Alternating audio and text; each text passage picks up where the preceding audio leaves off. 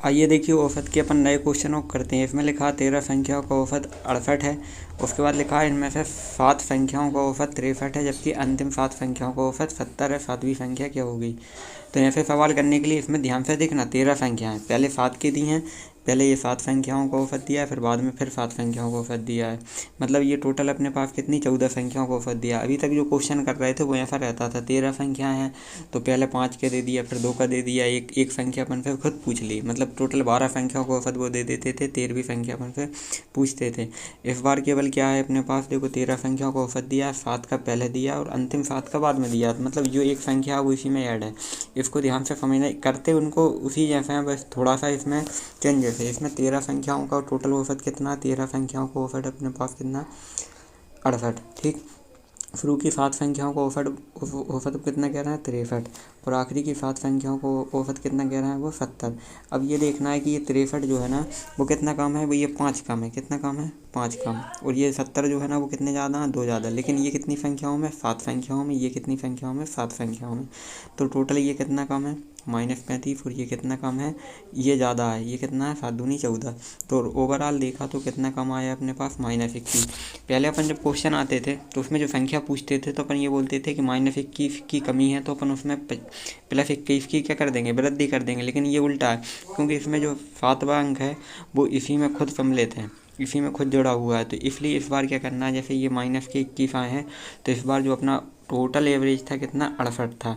इस बार अपन को -21 ही करना पड़ेगा यदि इस तरीके के क्वेश्चन। ध्यान रखना है 13 संख्याओं और औसत अपने पास 14 संख्याओं का दिया हो, तब उसमें से जो आया यदि प्लस आता तो प्लस करते, माइनस आया तो माइनस करेंगे। जब इसको माइनस करेंगे तो कितना बचेगा, 47। ये अपना सही आंसर है। आइए देखिए अगला क्वेश्चन देखते हैं। 2 संख्याएं ए तथा बी का औसत कितना है, 20। बी तथा सी का औसत 19। सी तथा ए का औसत 21 है। तो ए का मान ज्ञात कीजिए। देखो औसत दिया है, इसे बेसिक तरीके से करते हैं अपन। ए तथा बी का औसत मतलब ए प्लस बी बटे 2 करते और बराबर में कितना लिखते, 20, क्योंकि 2 संख्याओं का औसत है। तो बटे के 2 की जगह अपन इंटू में 2 कर देते हैं, तो ये योगफल आ गया कितना इनका, 40। ठीक है। और बी और सी का औसत, तो ऐसे बी और सी का औसत कितना, 19। तो 19 गुणे 2 कर देंगे तो ये कितने आ गए, 38। ठीक, ऐसे ही देखिए सी प्लस ए, इनका औसत कितना, 21। ये भी 2 संख्या है, इनका 2 का मल्टीप्लाई किया कितना आ गए, 42। अब देखो ये पूरे तीनों समीकरणों को अपन ऐड करते हैं। तो तीनों समीकरणों को यदि अपन ने ऐड किया यहाँ पर तो ए 2 बार आएगा, बी 2 बार आएगा, सी 2 बार आएगा। इन सबको जोड़ेंगे तो 2 कॉमन भी निकल जाएगा और अंदर क्या बचेगा, ए प्लस बी प्लस सी। और बराबर यहाँ सबको जोड़ेंगे तो देखना ये 4, 8 और 2 10 हासिल की 1, और ये कितने हो गए, 12। ठीक है, तो कितना आ गया, 120। अब ये ए प्लस बी प्लस सी का यदि मान निकालें, ए प्लस बी प्लस सी का मान, तो ये कितना बचेगा, 60। अब देखो किसका मान चाहिए अपन, अपने पास ए का मान चाहिए। तो अपन समीकरण ये वाला माइनस कर दे रहा है, बी प्लस सी। इसमें से बी प्लस सी को यदि अपन क्या करेंगे, इसका मान कितना, 38। यदि इसको अपन विलोपन विधि जैसा इसको माइनस करें, यदि इसको माइनस करेंगे तो कितना बचेगा, देखो बी से बी कैंसिल, सी से सी कैंसिल, तो ए बराबर कितना आ गया, 8 बचे, यहाँ 2 बचे, यहाँ पर सॉरी यहाँ पर कितने बचे, 5, 5 में से 3 गए तो 2। तो अपना सही आंसर कितना आया, 22। देखिए अब तीसरा क्वेश्चन है। एक समूह में विद्यार्थियों का औसत कितना दिया है, 63। इनमें से 3 के प्राप्तांक दिए हैं इनको, 78, 69, 48। शेष 6 विद्यार्थियों का औसत ज्ञात करना है।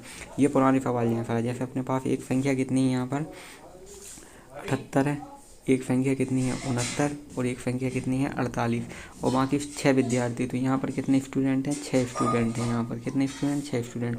टोटल इनका एवरेज अपने पास कितना, 63।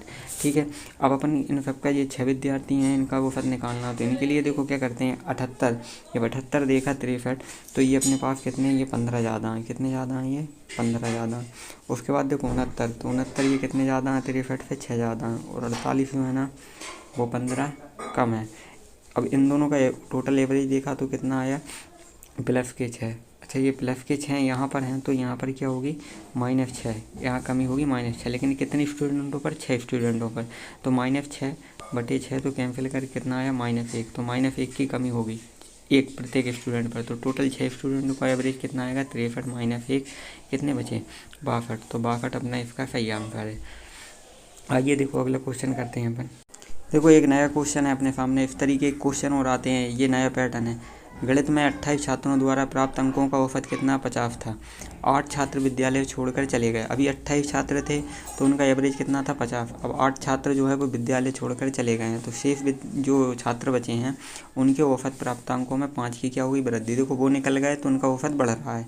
अच्छा, ये निकले कितने 8 लोग, टोटल कितने थे 28, तो निकले कितने हैं 5 लोग, तो बचे कितने 20 लोग। तो 20 लोगों में 5-5 की वृद्धि हो गई, मतलब 5-5 अंक बढ़ गए हैं इनके जाने के कारण। ठीक है, तो 8 विद्यार्थी गए हैं तो 20 विद्यार्थियों में कितने कितने अंक बढ़ रहे हैं 5 औसत की वृद्धि हो रही, मतलब 100 अंक बढ़ रहे हैं। अच्छा, ये जो 100 अंक हैं वो वृद्धि हो किसके कारण है, ये 8 विद्यार्थी निकले हैं, तो इसका मतलब प्रत्येक विद्यार्थी ने अपने औसत में से कितने कितने अंक दिए होंगे, तो टोटल 100 अंक निकले हैं और दिए कितने 8 विद्यार्थियों ने। तो प्रत्येक एक व्यक्ति का कितना अंक गया होगा, तो 8 × 8, 8 दूनी 16 और 8, अब ये दशमलव लग जाएगा यहाँ पर, तो कितने आ गए 12.5। तो 12.5 प्रत्येक विद्यार्थी ने अंक दिया होगा। तो इस प्रकार वो जाने वाले जो औसत हैं उनका अब घटने वाला है। तो 5 विद्यार्थी हैं, टोटल पहले कितना था 50 था, और ये 12.2 ये प्रत्येक विद्यार्थी देखे गए हैं जो गए हैं यहाँ से। तो इसमें से माइनस करेंगे अपन 12.5, दशमलव में से दशमलव तब घटेगा जब यहाँ भी क्या करेंगे 0। अब यहाँ 10 में से 5 गए, कितने बचे 5, यहाँ पे कितना बचा अब 9, 9 में से 2 गए, कितने बचे 7, यहाँ पे कितने बचे 4, 4 में से 1 गए तो कितने बचे 3। तो इस प्रकार ये 5 विद्यार्थियों का औसत कितना आ गया 37.5। देखते हैं अपन अगला क्वेश्चन।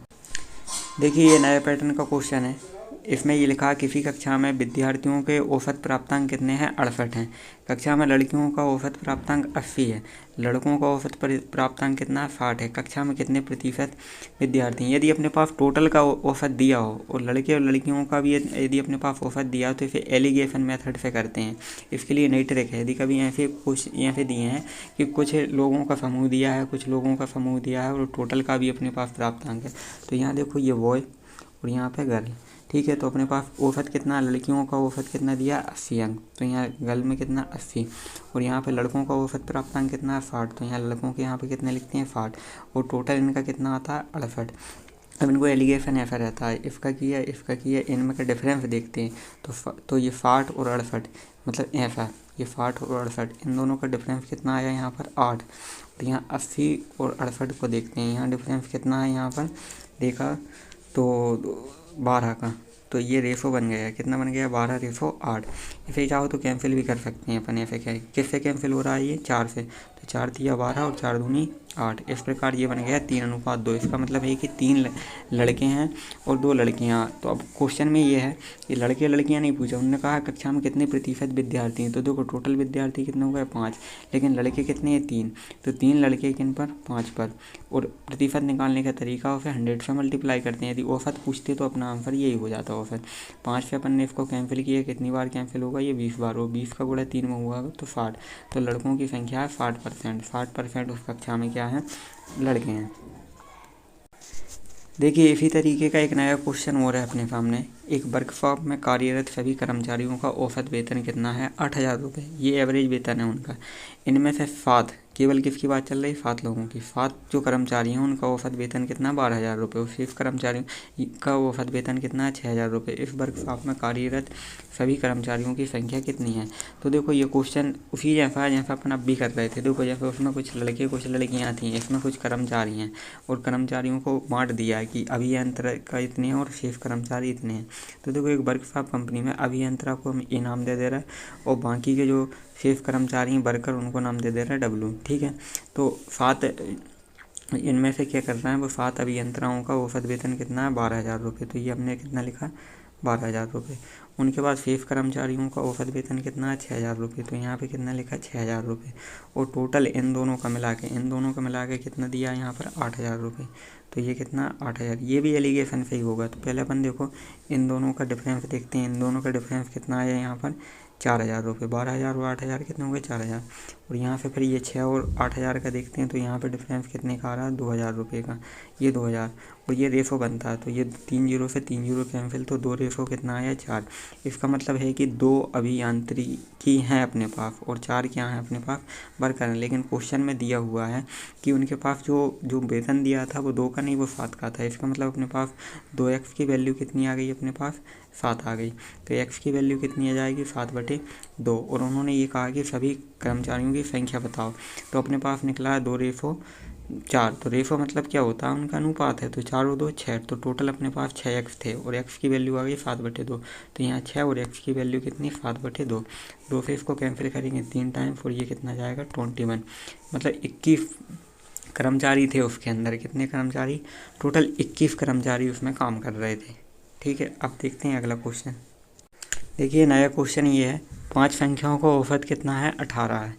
एक संख्या छोड़ देने पर औसत 16 हो जाता है, छोड़ी गई संख्या ज्ञात कीजिए। ये पुराने क्वेश्चन जैसा, 5 संख्याओं का औसत क्या है, 18 है। तो अपने पास 5 संख्या थी और एक संख्या को छोड़ दिया, और एक संख्या को छोड़ने पर औसत कितना बचा, 16। मतलब ये 4 संख्याओं का औसत कितना है, 16।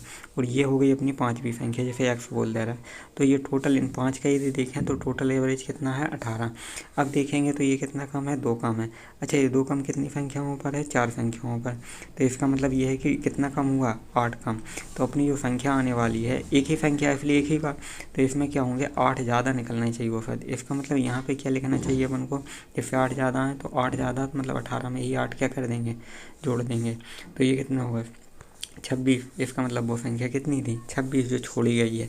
ये अपन क्वेश्चन पहले भी कर चुके हैं इस तरीके के। अगला क्वेश्चन देखते हैं अपन। अगला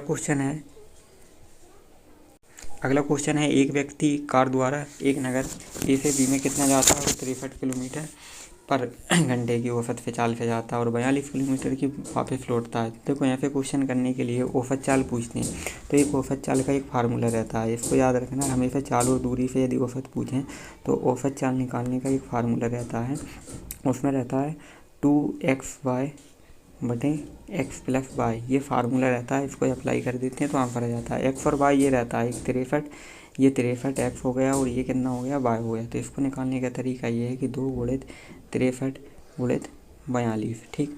और बटे में कितने जाएंगे, x प्लस वाई, मतलब 63 प्लस 42, ठीक। इनको अब ऐड करेंगे और यहाँ से 2 का मल्टीप्लाई करेंगे। जब इनका मल्टीप्लाई करेंगे तो देखो यहाँ पर कितना आता है। ऊपर जब मल्टीप्लाई किया तो वहाँ पे आ गया 52, 92, और नीचे इनको जोड़ा तो कितने होगा ये अपने पास 105। अब इसमें 105 का डिवाइड कर देंगे और इनका अपन भाग देंगे 105 का इसमें, तो ये जाएगा 50.4 और ये जाएगा किलोमीटर पर आवर। तो ये अपनी औसत एवरेज निकल गई। इसका एक सिंपल सा फार्मूला है, इस फार्मूले को अपन याद कर लेंगे तो उससे ये क्वेश्चन कंप्लीट हो जाएगा।